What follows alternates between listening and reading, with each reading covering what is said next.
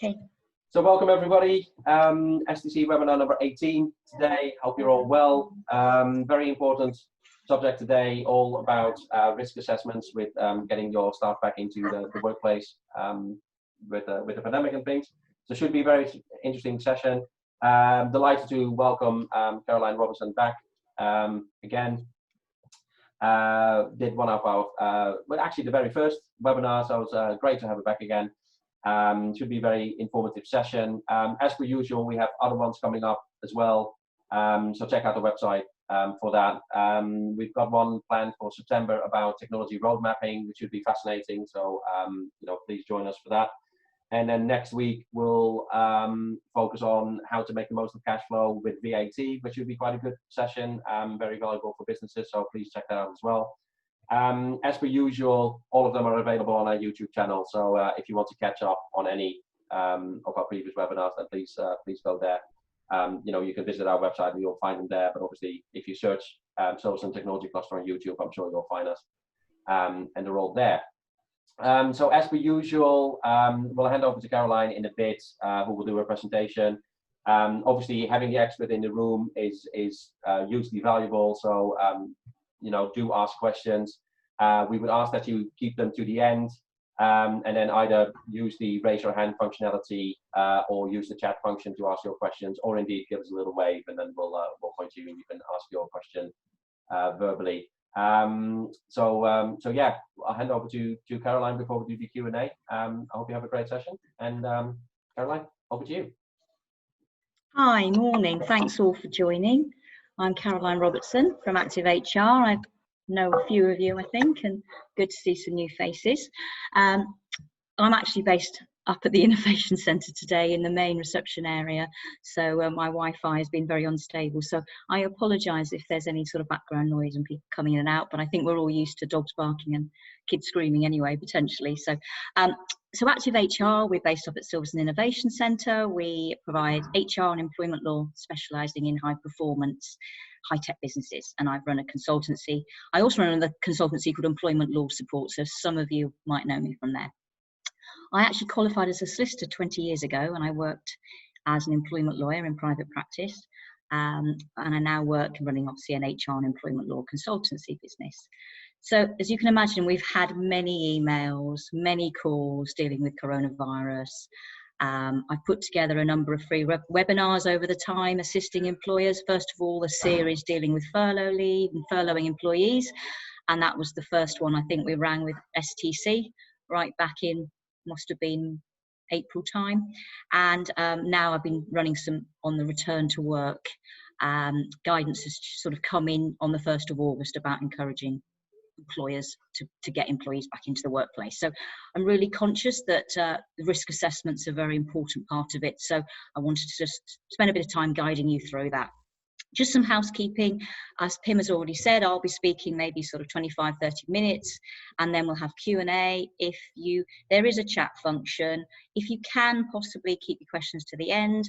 I will monitor the chat, but probably more towards the end rather than during the presentation. But obviously, if you can ask some live questions at the end, that would be great. That'd be much appreciated. So I'm going to now share my screen, so I trust that this will be relatively smooth. There we go. Okay, hopefully you can all see that. So things have certainly moved on since I ran the webinars on coronavirus retention scheme, and the latest, we've had the latest risk assessment webinar I did right back in May, and we've seen the extension of the furlough scheme, and that's until October, with August to October allowing employees to work part-time. In fact, we did allow them to come in on the 1st of July to begin to work part-time and get the benefits of furlough pay. And recent encouragements have very much been trying to get businesses to reopen and get employees from home back into the workplace. So employers really need to strike a balance between the desire to open the workplace and still those very real risks posed by COVID-19. And the guidance is very clear that employers need to make sure they do this COVID-19 risk assessment, and they have to put up, there's a notice they have to put up to say that they've done that. And when I was researching it right back in early May to see what was out there, and even recently, there are very few, even though the government provides these guidances, there are very few template documents, guidance documents out there for employers. The government has this sort of way of providing, setting out guidance, and then afterwards things will follow, but it often takes time. So I was very conscious that a lot of employers are finding it quite hard to work out, what do we mean by this COVID-19 risk assessment? What does it look like? How do we do it? So that's really what I wanted to take you through today, as well as I'm also going to look at flexible furlough very briefly at the end, and we might have some questions on that.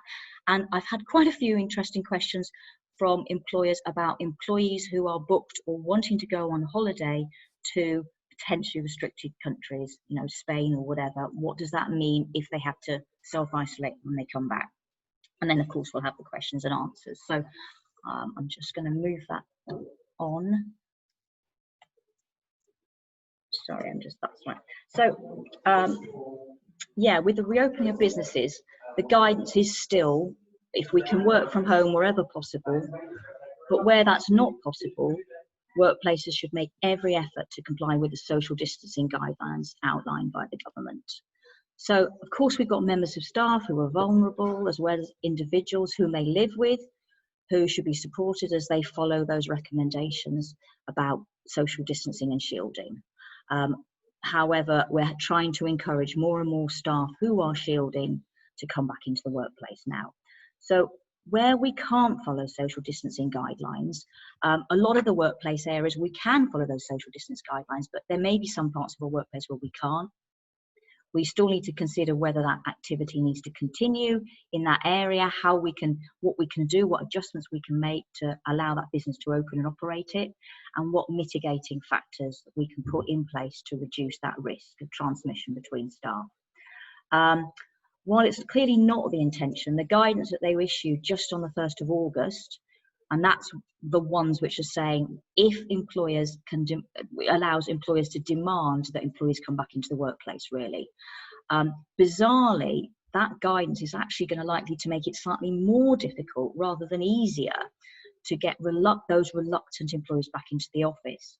And that's because there's a new emphasis has been placed on considering individual circumstances, and that has to include the use of public transport, whether they use it or not.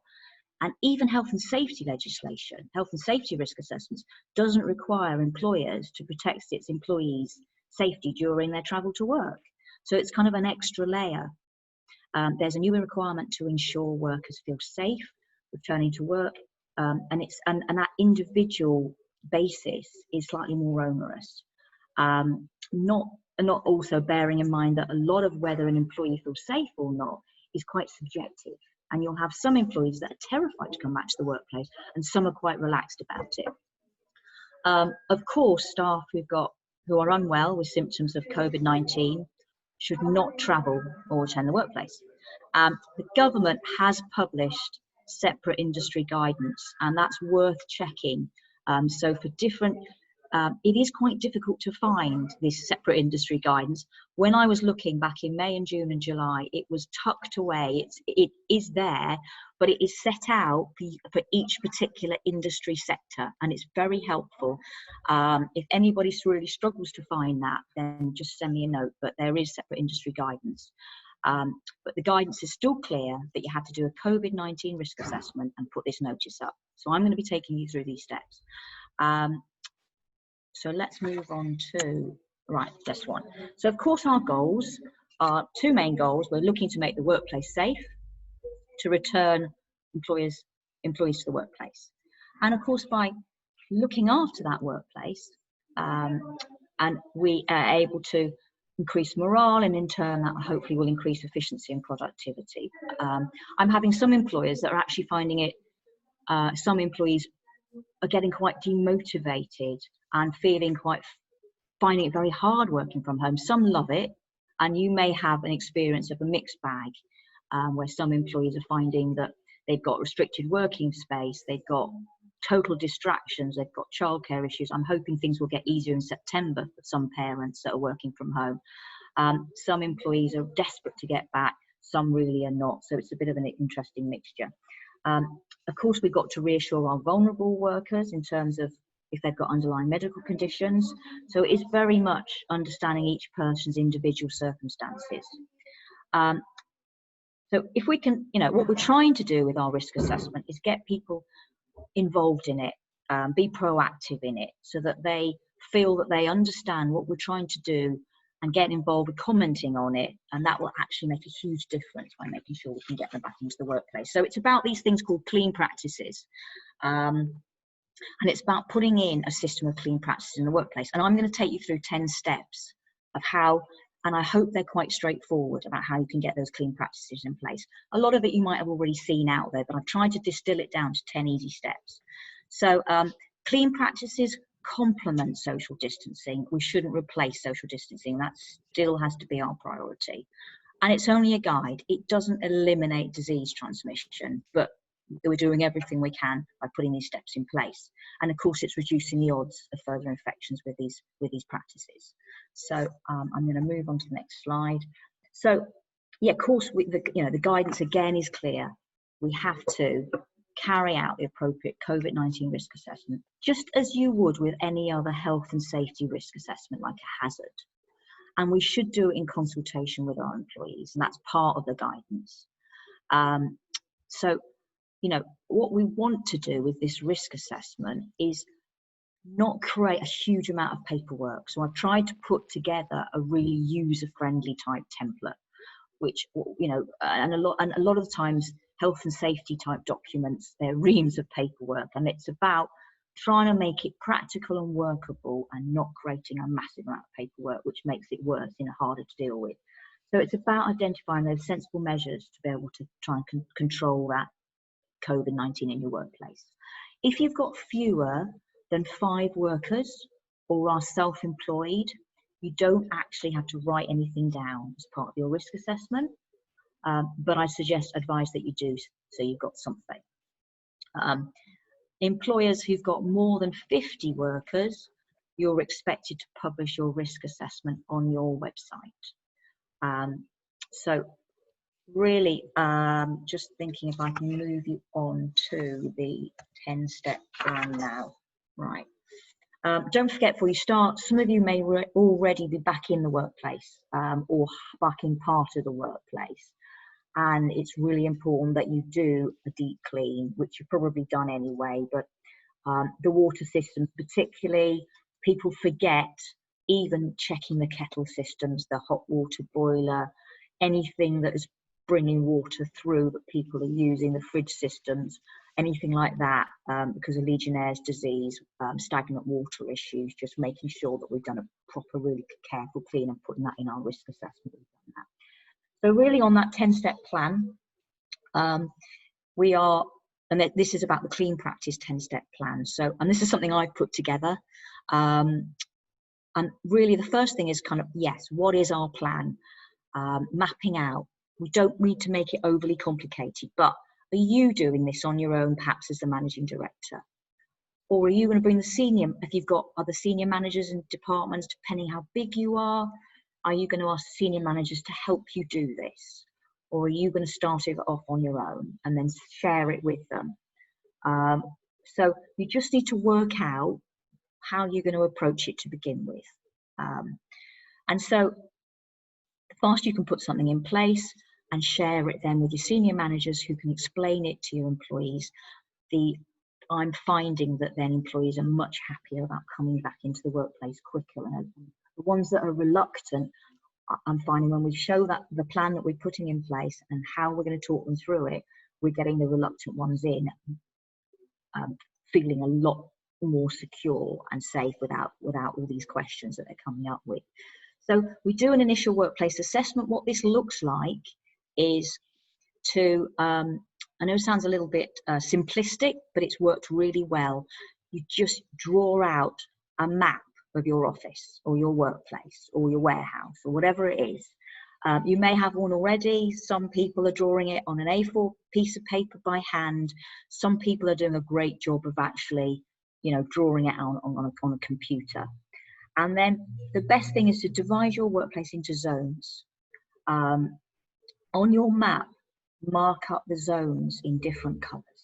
So you might have, the warehouse, the loading bay might be blue and office is green, or whatever works for you. And, so you don't even have to put colours on it, but the visual map is really helpful. Some companies are choosing, depending how big your workplace is. If it's quite big, some people are just choosing for sake of argument, we might call it a zone team leader. That could be the department head, but actually it's much better to have not a senior manager, because if you choose somebody who may actually be interested in facilitating, looking after their zone and coordinating that, and we give them time out of their day, of course, to be involved in that, then you get that engagement. So it might be you deal with it first with the department head, but then somebody within that team says, actually, I'd really like to be involved in this. So you might identify a zone team leader. And what we do, and this is the key thing, you take your zone. So I'm in the reception area, the innovation centre, and you would start on the outside of this room, working in a spiral from the edge of the room, going round the room to identify every touch point that has been touched as a high frequency touch point in a 72-hour period, because COVID can stay on anything for 72 hours. So I would start where I can look now. I'm looking straight at, well, we've got windows, so we've got all the window catches, we've got blinds that pull down, we've got the light switches, we've got, as we head around the room now, working in a spiral from one corner back to that same corner. And you take stickers, and again, this sounds simplistic, but it's highly effective. Ideally, if I've highlighted that the office is going to be, sake of argument, blue, I will take blue stickers and I will stick them on every single space that has a high frequency touch point within that 72 hours with a sticker. And when your employees come into the workplace and they see these very visual places, they immediately get that those are the areas that we either put our hand sanitizers nearby, we are either aware when we touch them that we wash our hands afterwards, or if we're working in a bubble in that office and we've decided that's part of our risk assessment, we're working as a bubble team of 4 or 5, then we will accept that at the end, we ensure we have our hand washing every few hours, but we're working in that bubble and we can work it out. So that's all part of our decision-making process. But those stickers, and I just actually went into a client a couple of days ago and they had them out and they look great, actually, to be able to go in, and I immediately, as a visitor, I saw immediately where there could be risk touch point areas, and I had no need to touch them and I avoided them, and I was just conscious of it. And it allowed the employees, and once they've got it in their mindset, it's just part of that changing our of being aware of our habits. So that's very much about putting that on there, actually physically in the room, and then document it on the map. So we will also put across on our map where those frequency touch point areas are.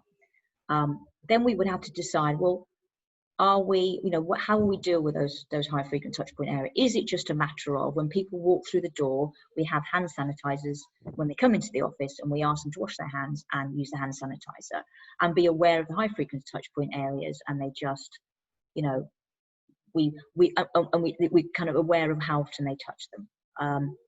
What we're often doing is part of this, we're adding in a cleaning schedule. So, and everybody has a go. Of course, we'll get our cleaners come in, however often that is. But part of this is actually putting in a realistic cleaning schedule, which is not too onerous, but it is just everyone takes it in turns, including the managing director and CEO and whatever, that at the beginning and the end of the day, or lunchtime in the evening at the end of the day, whatever it is, you go around with a disinfectant spray and you wipe down those high frequency touch points. So they're clean, start the next day. And I'm finding that actually when the senior manager just says, right, I'm going to do every Monday, and he just goes around and does them, everyone goes, that's fair enough, and everybody just gets on with it. And that alleviates the concern about, you know, this is, you know, it's not a fair system, or I feel like, you know, how I'm upset because, and it's you know, been a highly effective way of getting people back into the workplace with these strategies. So we need to build trust and share our plan. So often we'll do an initial walk as a senior manager. We would go and do that initial walk, and then we would need to share what we've done, and that is really important. And it might be that we share it first virtually and send the plans and explain what we're doing virtually. It might be that we bring the office team in first and we walk them around it and explain it to them. But that allows that they're part of that participation, and they can comment, they can add to it, they can say you've missed such and such, or what about this, and that's great. And by demonstrating that plan, we, you know, conscious about, we lead by example. We're putting up posters about reminding them on hand washing. When we're coming in, we're doing that. We have to lead by that example. I've got some companies where door handles going in and out of the offices, they've changed the door handles to just push doors. Some offices are actually just leaving the doors open. There's no reason why you can't prop them open, and you don't have to keep touching them. Where you've got fire doors, of course you can't do that. Some offices are just having hand sanitizer or tissues, perhaps by door handles or light switches. And if people are really, once we've turned all the lights on, I've got one client that just comes in, they're in charge, one person is in charge of turning all the lights on because she's first in. Nobody needs to touch them till the end of the day. And then she turns them all off and wipes them down.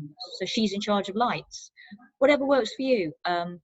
Some people have decided that they're going to put boxes of tissues by high frequency touch areas with a bin, which has got a plastic bag in the bin. And if anybody touches anything they use as a tissue, drop it in the bin, easy. So there's lots of options which don't have to be overly complicated. And that's part of what you, on your risk assessment template, you'll zone it on you'll list all your zones, and you'll list what you decide to do in each zone, what works for you really. So that's why I mean making it visual, and lots of companies have missed a trick by not making it visual, because it is so much smoother and people really engage with that if you can do that. And as I said, the stickers, I know it's almost a bit simplistic, but it works really well. So that's we're moving on to plan, do, check, act. Again, we've got the plan, we can share it, we do it, get on with it, put it in place. It's not as onerous as you think it is. I've got a whole suite of template documents and guidance, but they are, you know, working through them, it doesn't have to be that difficult. Checking's really important. I would say do a review. Once you've done the walk, people have come in and worked in a space, I always say a week or two afterwards, get one of the team to do it, walk it again and see how, or you'll naturally know you've missed something, but do a review a couple of weeks on, and you might need to just add a few other things in, or somebody will come up with a comment and say, look, let's add this in. So that's our follow up and do our review. Sometimes we get somebody, depending if you've got a very big workstation, occasionally we get someone in from the warehouse to come and look at the office, what we've done there, and they'll say, well, actually, have you thought about this? And that works quite well. So you might want to cross-pollinate. Again, we could, you know, there's whole strategies people are using where they're having teams that come in maybe for a few days and alternate with another team, so that we end up having not everybody in the office all at the same time. I apologize about the noise in the background. I hope you can hear me okay. And so we may decide to have people that are coming in bubbles and don't cross over each other. Some companies are having people staggering and working earlier in the morning, finishing mid-afternoon, and some people coming in later if it's harder for them to socially distance. So it's just working out, if you've got more employees trying to come into a workplace, what works in terms of split shifts or staggering staff. So that's part of expanding the trust with our employees, to build them into that process, and showing we're accountable, with allowing them to make suggestions and build that into further assessments. And, you know, and I'm a great believer, I'm not particularly precious about the information. That's why I wanted to share it with you. It's obviously needing to put it all together, but it's good if you share it with other businesses. If you've got a plan in place that's worked for you, you know, the most important thing is that we are able to share that with other businesses. And I'm conscious that I've got some clients where employees work in shared houses, and they work, you know, they're living at home with other friends, and, you know, that they're having to maybe take that to their own home situation, to explain that to their own friends, who then can share that plan with in their own workplace. And I think that's very important that we do that. So I'm conscious about time, and obviously we've got a question and answer session on this, but I was just going to go on to the flexible furlough scheme. As you know, that came in on the 1st of July. That was a month earlier than we previously expected. And businesses, of course, have that flexibility to bring furloughed employees back to the workplace part-time. And of course, employees are allowed to work elsewhere part-time as well. So some employees aren't, because they're genuinely concerned about going to the workplace or have underlying medical conditions. Some employees are, and are getting the benefit of an additional income, which, you know, is great. So we are needing to make sure that you do have to, HMRC wants a flexible furlough agreement in place, and you need to have that signed up, and it needs to be kept on record until 2025, because HMRC may ask at any point to check it, and they are spot checking now, and there's a few, you know, people that I know of that HMRC have double checked. So if you're getting people to work on a flexible furlough basis, make sure you get them to sign an agreement. I can provide one for about 45 quid or something like that, but just write something, put something in place and get it signed up to. The job retention bonus, of course, that's come in as a one-off payment of £1,000 to UK employees, for an employer if they furlough an employee, but they have to be continuously employed to the end of January 2021. And they still have to make sure that they were already furloughed, and they have to be earning the minimum, which is £520 per month, and continue on that until January 21. So as yet, we're not sure when those payments may come through. We suspect that they won't even come through till January 21, but it's still worth holding on to an employee if you can, and continue. Of course, the furlough pay will run out at the end of October, but there is that benefit that may come in, which may help. So as I said, I'm getting employers asking what happens if that employee goes on holiday to a country where they need to self-isolate on their return, of course, with the whole problem with cancelling holidays in Spain a week or so ago. So if the employee who is in quarantine can work from home, then they should do so, if the company agrees. If this is agreed, then they should be, if it's okay and the company's all right about them working at home, then it's fine for them to pay them as normal. However, if they can't work from home, then the question is what happens? The government guidelines say a company does not have to pay an employee sick pay if they are self-isolating at home, because they're not sick. So, you know, if they can't come into work and they've gone and they've insisted on going to a holiday destination, which is a restricted now, or if they're already there and they need to self-isolate when they come back, then we are asking them to take holiday or unpaid leave, or find a way to cover this period, but usually it's unpaid. We are finding some employers are not granting holiday requests for employees who intend to go to a restricted country, and that's fair enough. I would say it's wise to issue some guidance if you think there's employees that might do this, and it's good to be clear to say, if you are going to go, it's unpaid leave when you come back, or you have to take your holiday because it's not paid and it's not sick leave. And there's a chance if they go and you've given some guidance that this isn't acceptable because you need them back in the workplace and they can't work from home, there's a very small chance we could argue, you know, potentially that's a disciplinary offence, but hopefully we wouldn't get to that, because it's about being clear about the guidance before they go. So, but obviously, you know, if you need any help with temporary holiday and quarantine type guidance, then we can assist with sending that out as well. So that's pretty much it. Just really, you know, of course, where possible, if we can require employees, you know, if they can, to work at home. But of course, now from the 1st of August, it's very much we can demand that they come into the workplace, but we have to consider their individual circumstances. If they are working at home, I've got some companies actually who are saying, look, we're working at home and that's working really successfully, and we're happy to continue that, and we're going to reduce our office space because we don't need so much space. I would say if it's going to be a bit more of a longer term measure, think about getting a remote working guidance or some kind of remote working policy in place. So obviously if you're trying to encourage them back, it's back to the risk assessment, divide your workplace into zones, mark up the frequency, high frequency touch points and social distancing touch points. Try and avoid them not to use public transport unless they have to, but be conscious that some might. Think about staggering start and finish times. You know, as I said, some companies are putting floor markings where there are social distancing touch points as well. And then just working out where we might put hand sanitizers, tissues, bins, that sort of thing. And maybe you might need to say on your arrival, just go and wash your hands. That's part of the guidance. If you go out at lunchtime to Tesco's to go and get something you need to before you come in, wash your hands, put the hand sanitizer on.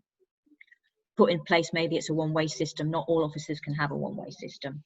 And yes, of course, you know, we're seeing screens in offices. We're seeing workers where they've taken out desks in between so that they can have a bit more space. We've seen people working back to back. We've seen meeting rooms where they've taken out chairs in the boardroom, and I'm putting some meeting guidance in place about how many can be in the room. So where possible, meetings outside rather than in a closed space. So really that's about it. We can assist with anything if you need, but I'm very conscious people may well have some questions. So I'm going to come off the screen share and please feel free to fire away.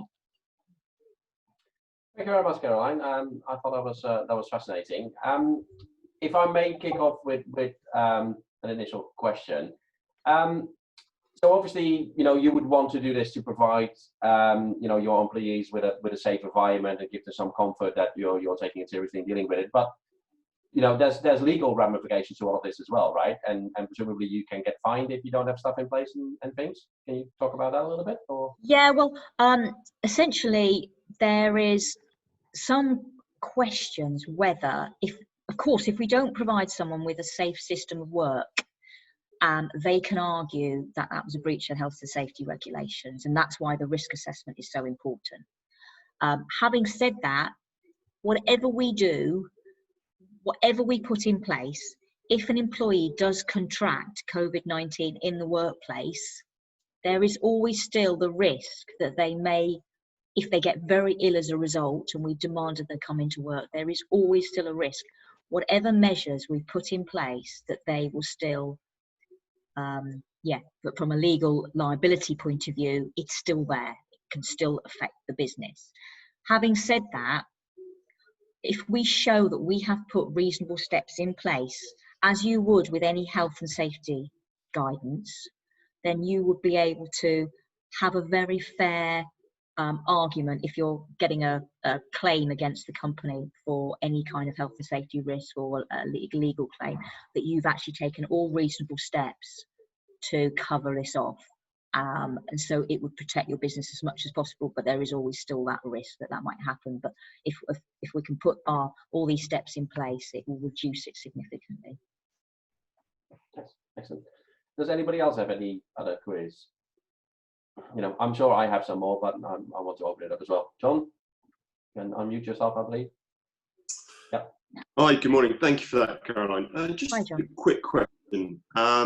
We are beginning the process, whilst we've had a bit of a delay, of bringing a couple of new employees onto the team. So we're going through that kind of onboarding process. To date, though, we've just continued to use our kind of existing employment contracts. Given what's happened in your experience of, you know, the pandemic, would you have any recommendations around improving future employment contracts to give the employer greater flexibility to manage these kind of circumstances, whether to require people to work from home or require people indeed to be in the office? Yeah, that's a good question. So I would most likely put in now a layoff clause or a short-term working clause, because those sorts of clauses used to be in contracts, in old manufacturing contracts in the 1970s, 1980s, and they became very out of favour because office workers wouldn't sign up to those sorts of clauses. We found with the pandemic, we needed to put people on flexible working, working from home, moving their office spaces, short-term working, furlough leave. And that's why we had to get them to sign all these agreements to allow us to ask them to if we wanted to ask them to short-term work, we didn't have those sorts of clauses in there. So that's why the flexible furlough agreements we drafted put all these clauses back in. So actually there's some companies that are putting in clauses to allow employers to have a bit more flexibility and asking people to say, if needs be, go on short-term working, or it's rare we would need to use it, but it's worth having those sorts of things in there, and building the flexibility of changing the workplace as well, because it might be the workplace is working from the workplace, but we maybe need to add in, you may be required at any moment, at any point, to work from home or work from another place that's designated by the employer, to make sure you've got that flexibility. Ensuring that you check your job description or your job title clauses to make sure you've got flexibility in there to ask them to undertake other duties. Most contracts have that, but just double check that you've got something to say, look, if you are asked to do holiday cover or change to another set of duties for a short-term measure in certain times, it just builds in a bit of flexibility on that as well. Does that help? That's great. Thank you ever so much, Caroline. Appreciate it. My pleasure. My pleasure. Anybody else? You're all very quiet. I'll try another one. Yeah. Pardon? Sorry, who was that? No, go on, Pim. All right. So right at the start of the whole thing, you said that we still need to social distance where possible and things. Yeah. What if you have a workplace where you can't really do that? Because there will be lots of workplaces that weren't designed for that sort of thing, and then you might have immovable things there. How do you go around that? What do you do? Yeah. So feasible, Sure. Yeah, and I absolutely agree. So some offices are not designed and just don't have that capability, and so that is the first guidance is social workshops. Yeah, absolutely. And in a workshop, you'll need the whole team in to work, because everybody may have a part that they play in that workshop space. So to ensure that, social distance is always the first start where we can. And if not, then we have to look at what other measures we're going to put in place. And some people, I've got a client in just that circumstance that have decided that they, of course, will do the hand sanitizers, of course, they will do everything they can in terms of part of that risk assessment, but they have just made a decision that that team's going to work as a bubble. A bit like you've got schools going back in September and the class is working as a bubble, because you can't stop young children from being close to each other and they can't socially distance. So they're keeping them as a bubble, and they're discussing that with them. What they do have to work out is, from an individual circumstance basis, is have any of that team got somebody with a serious underlying medical condition, and just being aware of that before they throw them into that bubble.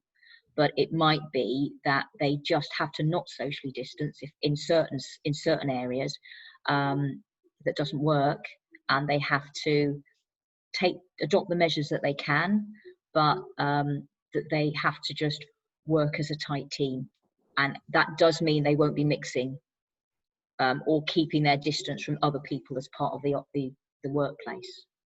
So really look to maximize the mitigation in other ways. Yeah, definitely. And and they may be the team, and actually a lot of employers are they're locking off the fridges and the parts of the kitchen, people are bringing their own packed lunches in. They're asking people, once they're on site, not to leave site and not actually going off to Tesco's and get themselves any lunch. They are asking them to, they're buying milk fresh every day. More difficult in the summer, but just leaving it, leaving it there, but asking people to wash their hands when they use the milk so they don't need to keep going in and out of the fridge, or they just asking people to bring flasks of tea, and whatever it works. If you have an environment where it's very difficult for people to socially distance, because what we're sometimes finding is if people are using the kitchen spaces in teams rather than, so they have slots rather than just everyone trying to get in there at lunchtime, just working out staggering lunch breaks, where you've got outside spaces, people are going and sitting outside, and they can still socialise but keeping their distance sitting outside. I appreciate it's going to get a lot harder in the winter time. And I think the winter time is going to be hard because coughs and colds are going to come, and we're not going to know whether they're COVID or not. The question is, can you have testing of employees?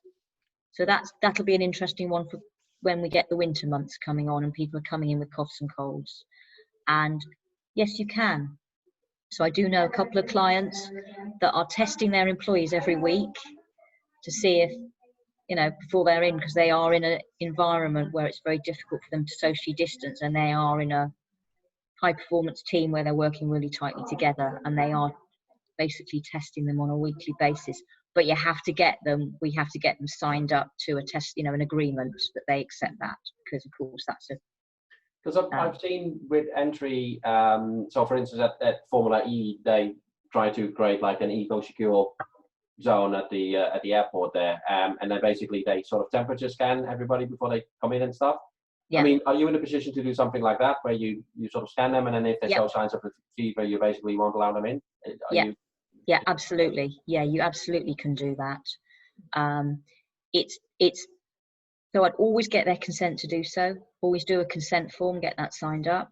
Bear in mind, it's data protection. It's sensitive personal data, which we have to make sure, because it's medical information, we have to have a double layer of security on how we look after that data. We have to be clear that whoever is doing the temperature scanning or taking that testing understands the repercussions of the Data Protection Act, because we do not want that information somehow left on a desk or seen by people or not secure. So we have to be clear about that. And yeah, as long as we've got consent and people know what we're doing and we're clear and we're upfront about it, yes. Of course, temperature taking doesn't always tell us the story, but it is certainly something that can be done. Right. Just one of the things that you said right at the beginning, and I can't remember quite the words you used, but you can effectively demand people sort of to come back in. But can we really force people? I mean, what if you've got a member of staff who just doesn't want to, or doesn't feel comfortable, or is hesitant, or any of those sort of stuff? I mean, you can't make people come in, can you? Yeah, no, you're right. And that's actually the guidance that was issued on the 1st of August by the government, which is that from the 1st of August, employers are in a position to be able to demand employees to come back into the workplace. But because they have to take into account each individual's circumstances and reassure that person with what actions they're taking to make it safe, it's actually made it that slightly more difficult and slightly more onerous to make that person come in, because the guidance is clear that it's about looking at each person's individual circumstance. And if that person has an underlying medical condition, or they've got a partner at home that's shielding because of an underlying medical condition, and they're genuinely concerned, it is very, very difficult to force that person in. So I think the telling time will come in November when the furlough scheme runs out. Unfortunately, I am doing a lot of redundancies at the moment. And so part of the furlough scheme is, if you make it, that's why the redundancies are happening now, because by making people redundant now and leaving them on furlough, you can get the furlough scheme to cover the notice pay. So you have to top up the notice pay to 100%, but a lot of companies, and that's why you're hearing a lot of the redundancies are going through now rather than at the end of the furlough scheme. And a lot of employees are saying that's really unfair, because you're making me redundant now, and I may be taken off the books at the beginning or the middle of September, and the furlough scheme keeps going until the end of October. But a lot of companies are actually starting the process now because they're using that furlough scheme to cover the notice period, and also conscious that from September, employers have to pay 10% of wages, and then October they have to pay 20%.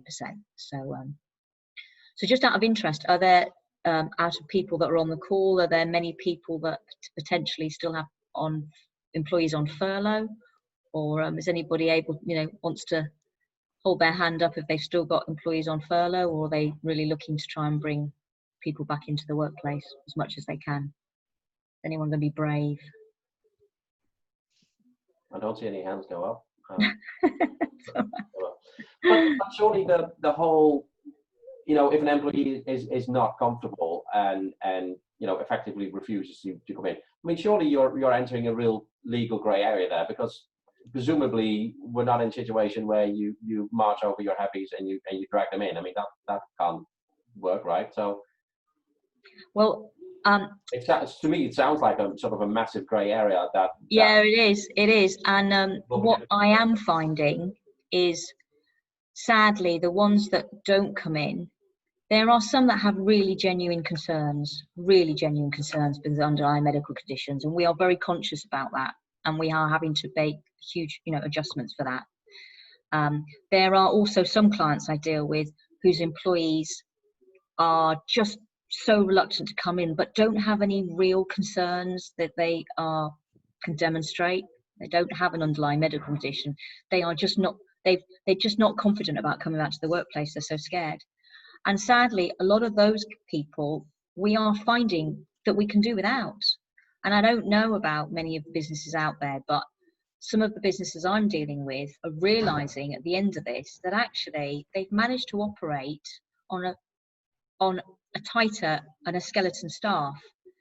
The work has gone down, so I appreciate if the work goes up that they will need to bring more staff in. But at the moment, everything's so uncertain.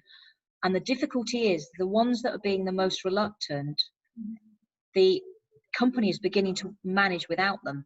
And they've been out of the workplace since March. And those often are the ones that are getting made redundant. So they're not helping themselves at all.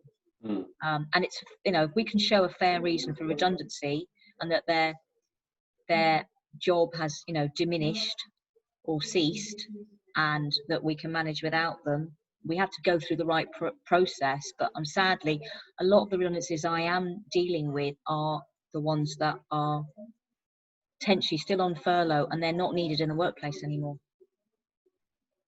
Yeah, and I suppose there's a real element of how genuine your concerns and reasoning is. Yeah. But, I mean, it sounds like it could be a bit of a field day for professionals like yourselves and other employment lawyers.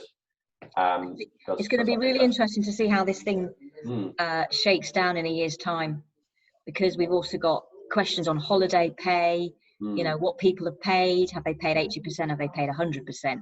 Have they made them take it in furlough, which you're perfectly able to get them to do?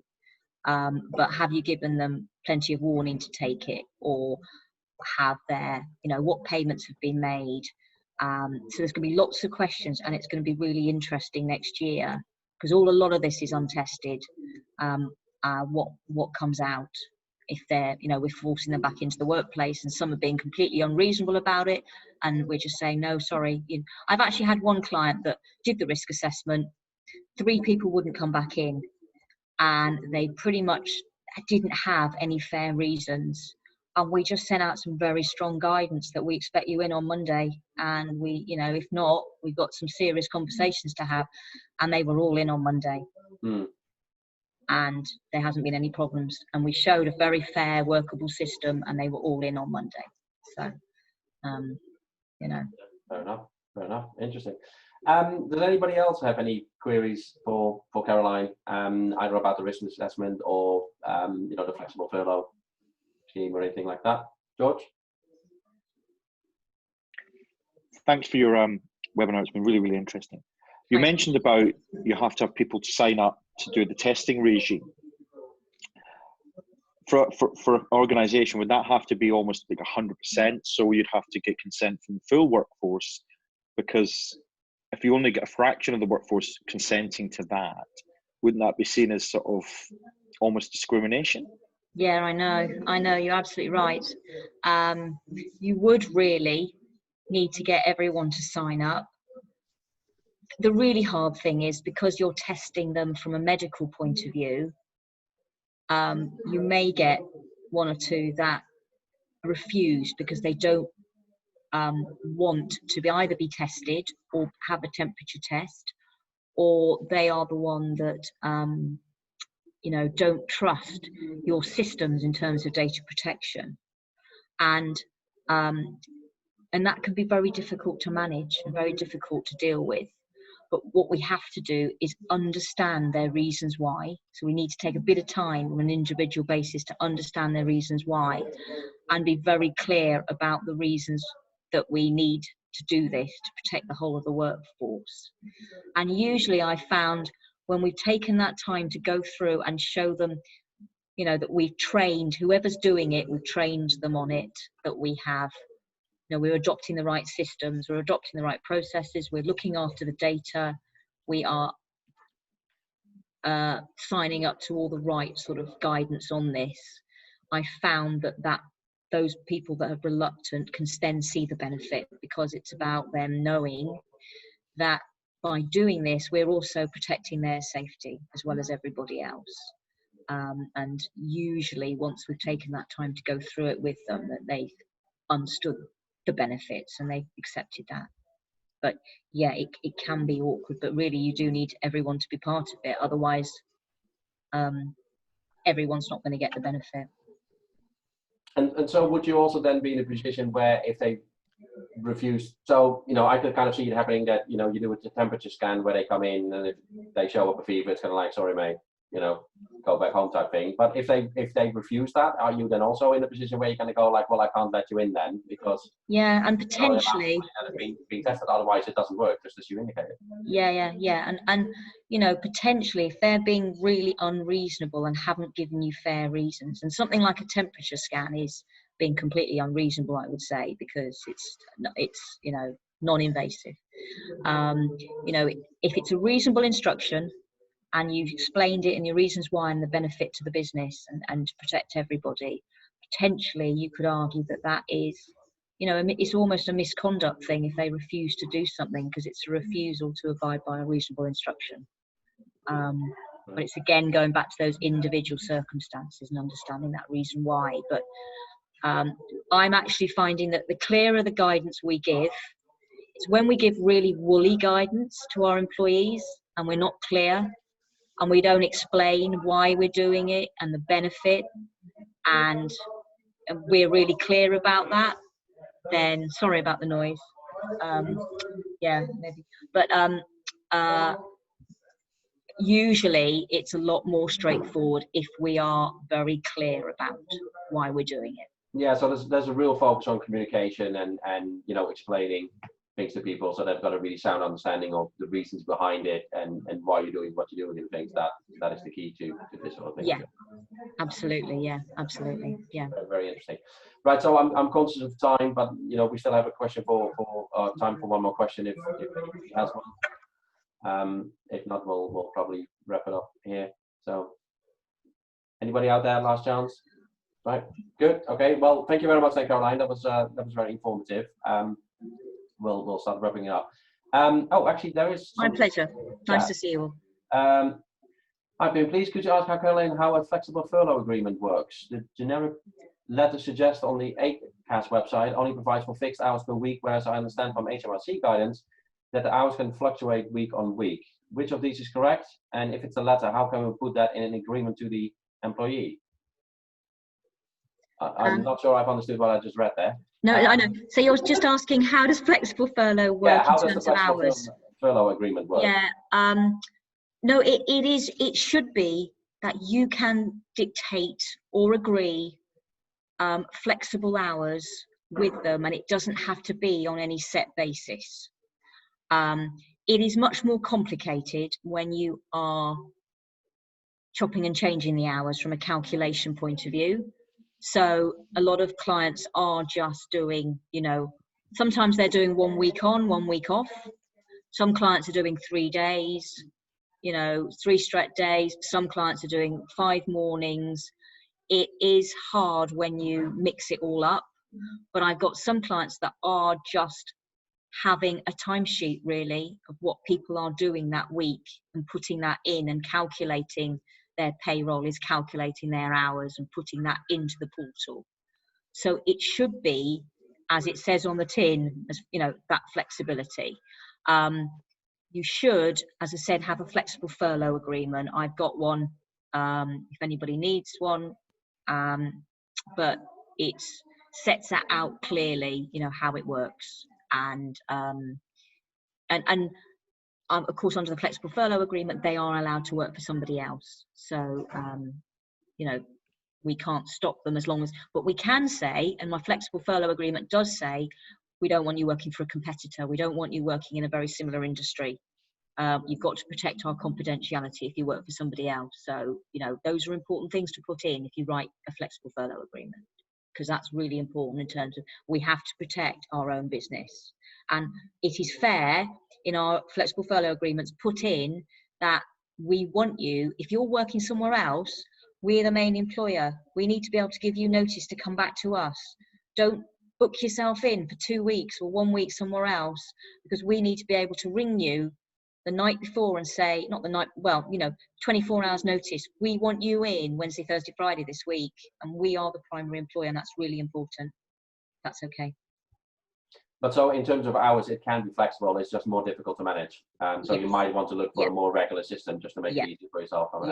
Yeah, that should be how, yes, that should be correct, yes. Cool. I hope that's been helpful, Vicky. I only didn't understand what I was reading because obviously I don't know anything about this sort of thing, but I'm glad to address it. So that's excellent. So thank you very much, everybody, for that. What I would ask of you, please, if you wouldn't mind, is I'd like to run a little poll to get some feedback on what you felt of the webinar, but also to give us a guidance on what you would like to see in future webinars, so we can make sure that we address that. So that should be on the screen now. It should take about 40 seconds to complete, so really, really easy. So while everybody's doing that, I'll say goodbye and thank you to all our viewers on YouTube. Hope you found this informative. Obviously, check out all the other videos. But thank you very much for joining, and goodbye.